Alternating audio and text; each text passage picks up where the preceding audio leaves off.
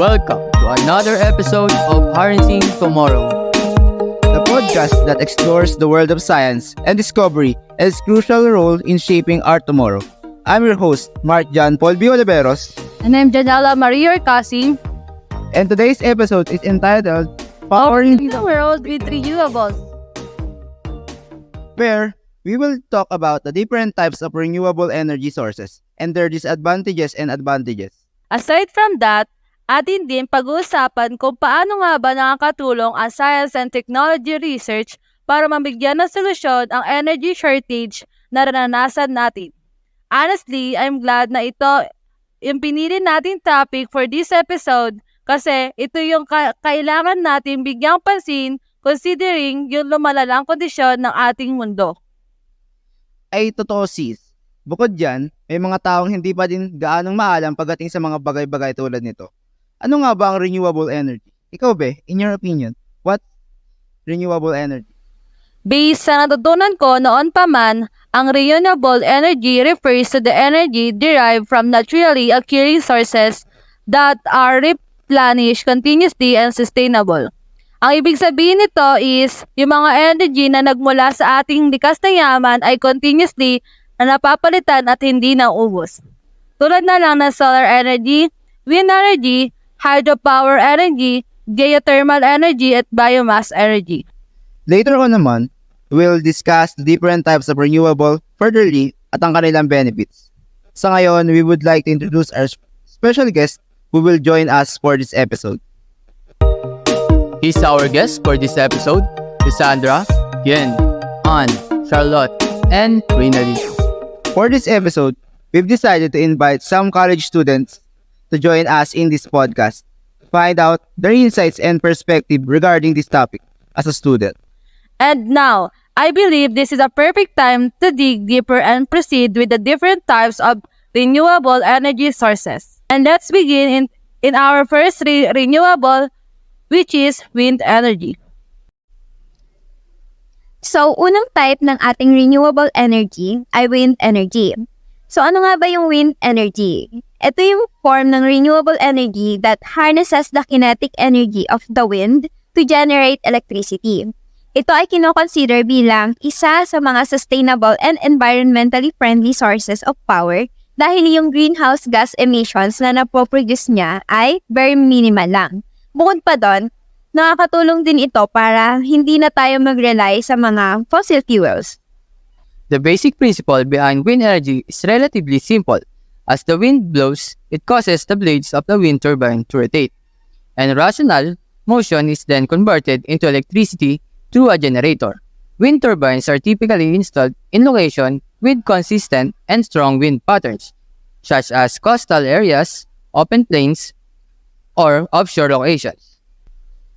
Talaga namang kahanga-hanga ang hangin dahil sino mag-aakala na maaari nating magamit ang bagay na ito samantalang hindi natin ito nakikita at nararamdaman lang.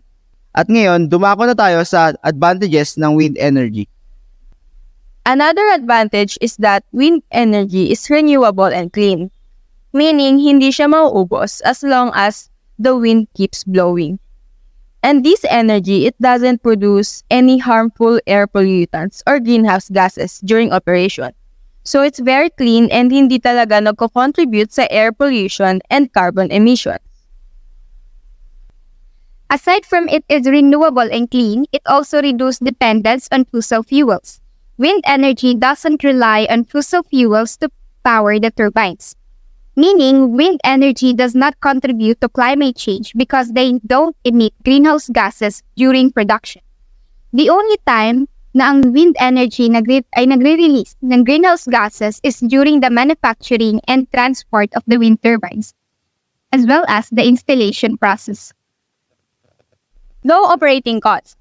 Kapag na-install na ang wind turbine, mababa ang operation cost nito kumpara sa traditional na mga planta ng kuryente na nangangailangan ng patuloy na pag-purchase ng fuel.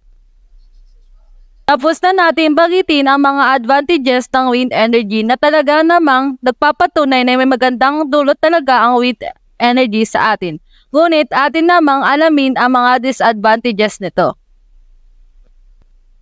Ang kauna-unahang disadvantages nito ay ang intermittency. One of the major disadvantages of wind energy is that wind energy is intermittent, meaning it relies on the availability of wind. If the wind is not blowing, the turbines won't generate electricity. Sa madaling salita, ito ay hindi gagana kung walang hangin. Energy storage solutions such as batteries are often used to mitigate this issue. Another downside ng wind energy is that there are people who find wind turbines visually unappealing. Dahil sa size nito, minsan ay nagiging obstruction of view ito. So, besides, their installation can have an impact sa ating local landscapes and wildlife habitats. Kaya magandang pinapagplanuhan ito ng mabuti para ma-minimize yung mga ganitong epekto. Ayan, nalaman na natin ang tungkol sa wind energy. Pero dagdag ko lang partner, alam mo ba na ang Pilipinas ay gumagamit na din ng hangin bilang source ng energy? Ang Ilocos Norte ay isa sa mga pinakakilalang lugar kung saan meron ito. Makakita tayo dito ng mga malahiganting windmills. Kaya kung nagbabala kayong gumala, sign na ito. At ngayon, we proceed to another renewable energy sources, which is hydropower energy. Hydropower, also known as hydroelectric power from the word hydro, ito yung renewable energy that harnesses the energy of flowing water from higher to lower elevation to generate electricity. It is one of the oldest and most widely used forms of renewable energy, dating back to ancient times when water wheels were used for grinding grain and other mechanical tasks. Alam naman natin na all energy sources have pros and cons. Gaya ng hydropower energy ay may ilang advantages ito. Just like the wind energy, isa sa mga advantage ng hydropower is yung pagiging renewable and clean nito. Yung hydropower kasi primarily relies on the water cycle, kaya siya nagiging renewable energy source. Apart from that, it produces minimal greenhouse gas emissions and air pollutants during operation. Reliable and predictable. Hydropower is a consistent and reliable source of electricity, particularly in areas with reliable water flows. The predictability of water flow is a crucial factor in determining the location of hydropower plants, which are built either in actively flowing rivers or with dams to manage water flow. Moreover, the output of electricity from hydropower plants can be adjusted based on energy demand. Another advantage is that hydropower has flexible operation. Dam-based hydropower systems can be adjusted para mag-respond sa pagbabago ng electricity demand. Aside from generating energy, hydroelectric power plants ay nagsiserve din as a source of irrigation for crops in the locations where they are built. This is particularly true in locations where droughts are common and rainfall is scant. Reservoir for hydropower can also be used as a dependable supply of fresh and clean water. Ang galing talaga ng mga bisita natin ngayon. Hindi nila tayo pinapahiya. So, after that, tumungo na tayo sa disadvantages nito. Siyempre, kahit ang mundo ay naglalaman ng sandamak-mak tubig, may mga disadvantages pa rin ang paggamit nito. Hayaan natin ang ating mga bisita ang magpaliwanag nito. First off is environmental impact. Large dams and reservoirs have significant impact on aquatic ecosystem, river habitats, and fish migration patterns. Hydropower facilities like Hoover Dam in Nevada flood previously dry land areas to create reservoirs, destroying existing habitats and altering the natural flow of rivers. This disruption affects the deposition of split, which is crucial for land maintenance and disruption fish migration patterns. Isa din sa disadvantage ng hydropower energy is yung social and cultural effects na dala nito. So considering its size, the construction of large dams can somehow lead to the displacement of communities around the area. Kaya mahalaga na when constructing hydropower facilities ay humanap ng suitable location na may malaki ng water supply na may appropriate amount of water and at the same time malapit sa mga existing na electricity connection. Another disadvantage is that hydropower is dependent on water availability. Hydropower generation is dependent on consistent water flow, which can be affected by factors such as El Nino or changes in precipitation patterns. Because the amount of water available to make hydropower varies based on weather conditions, electric output is inconsistent. At ngayon, atin namang kilalanin ng isa sa mga renewable energy sources na tinatawag na solar energy. Solar energy is renewable and abundant form of energy because it comes from the sun's rays. The heat from the sun is harnessed and converted into usable electricity gamit ang iba't ibang teknolohiya. Solar power is considered one of the most environmental friendly and sustainable source of energy because it produces no greenhouse gas emissions or air pollutants during operation. Kahanga-hanga nga naman kung paano nagamit ng mga tao ang araw para maging source ng energy. At ngayon, tumungo naman tayo sa mga kagandahan ng paggamit ito. Just like the previous two energies, the solar energy is also renewable and abundant. So it is basically unlimited virtually, so available ito in most parts of the world. Aside from that, yung pag-generate ng solar energy, hindi siya nagpo-produce ng air pollutants or greenhouse gas emissions. So therefore, nakakatulong siya sa environment. Once installed, solar panels have relatively low maintenance and operating costs compared sa fossil fuel-based power plants. The cost of manufacturing solar panels has plummeted dramatically in the last decade, making them not only affordable but often the cheapest form of electricity. Solar panels have a lifespan of roughly 30 years and come in a variety of shades depending on the type of material used in manufacturing. Scalable. Solar energy system can be installed anywhere. Like for example, in small scale, it can be installed in residential rooftops or roof. Pero pag large scale naman, pwede mo naman siyang i-install in utility scale solar farms. This scalability makes solar energy suitable for various applications and locations. Grabe nga naman ang utak ng tao, ano? Dahil nagamit nila ang kapangyarihan ng araw, pero lahat naman ng bagay ay may kahinaan at tumungo naman tayo sa mga disadvantages nito. So, unang disadvantage ng solar energy is yung kanyang intermittency. So, we all know naman na itong solar energy is dependent sa availability ng sunlight. Meaning, it's only available during daylight hours. Kaya pwede maka-apekto dito yung mga weather conditions such as cloudy days and yung rainy periods. To address this, energy storage systems or backup power sources are often needed para ma-ensure yung continuous supply ng energy. High initial cost.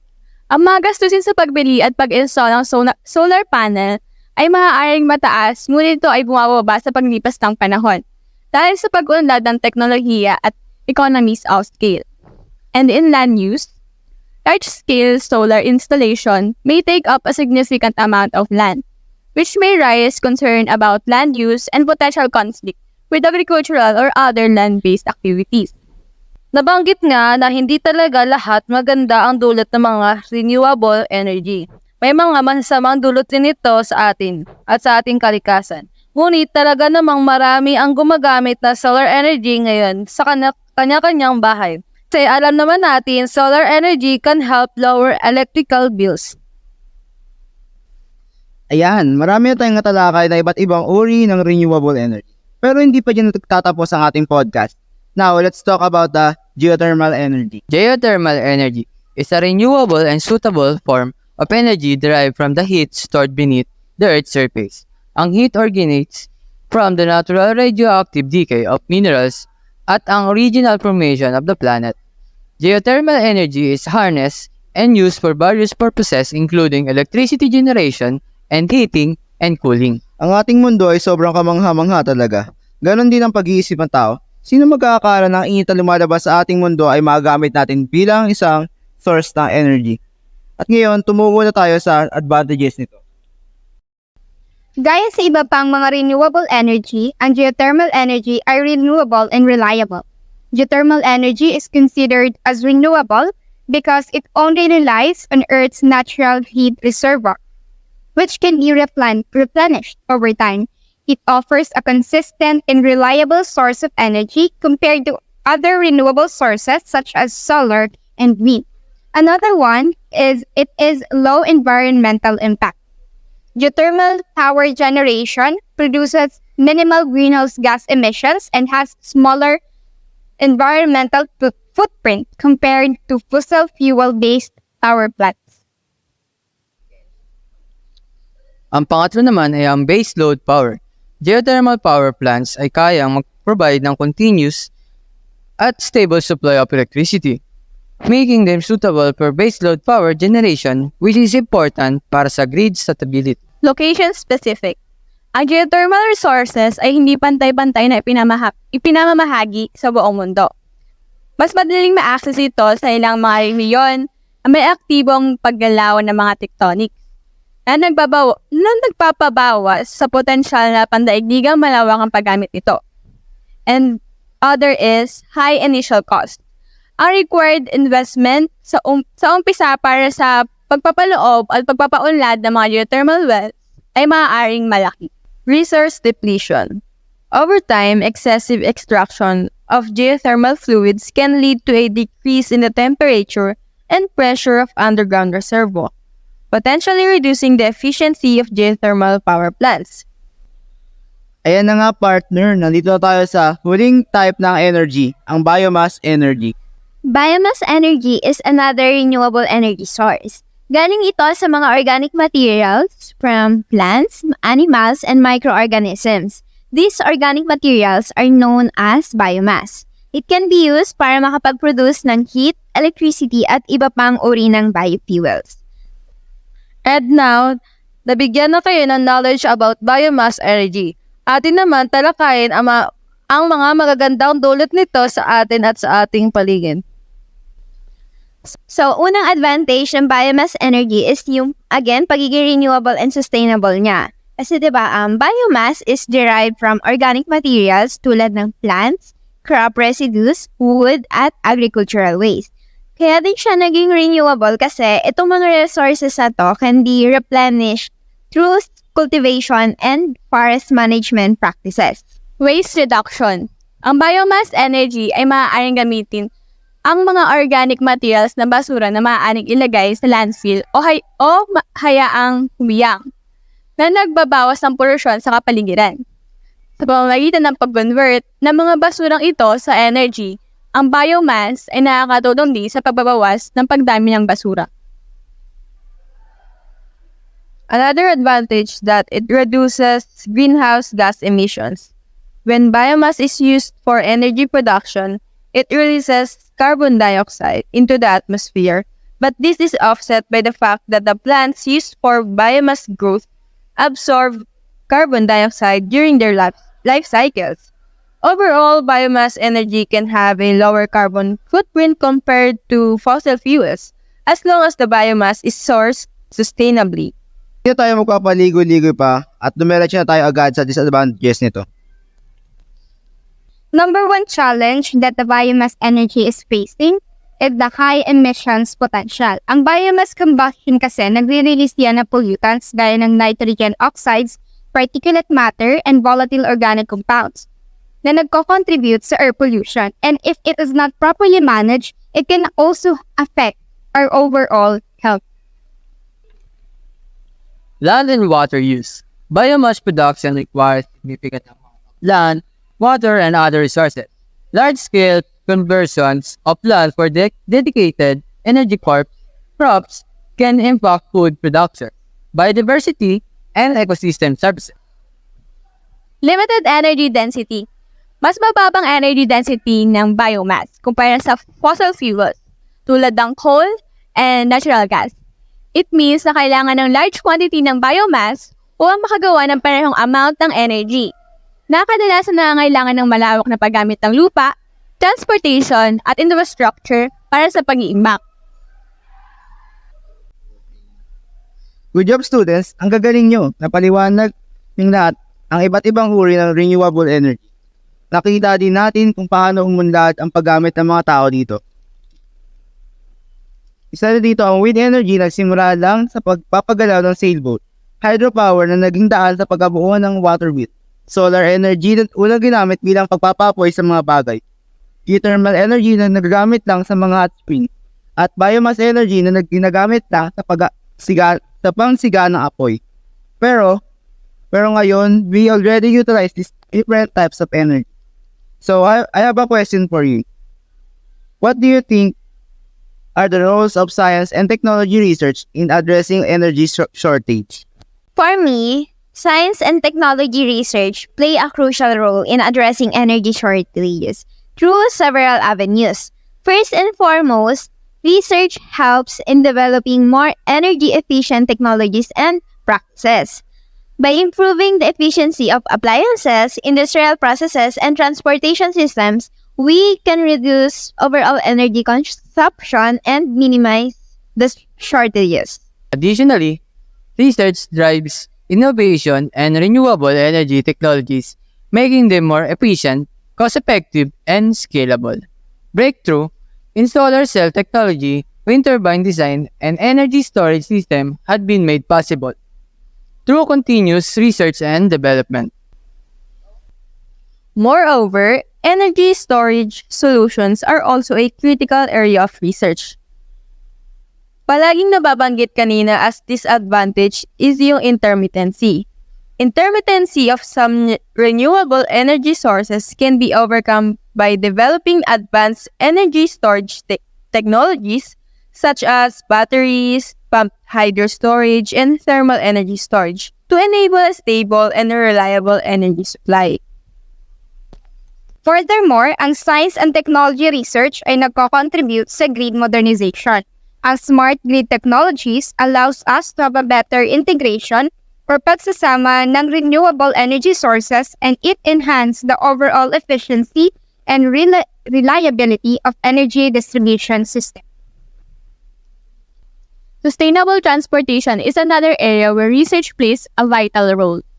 Ang pag-unlad ng electric vehicle at biofuels ay nagbabawas sa pagkadepende sa fossil fuels at naglalaan ng mas malinis at mas matatag na sektor ng transportation.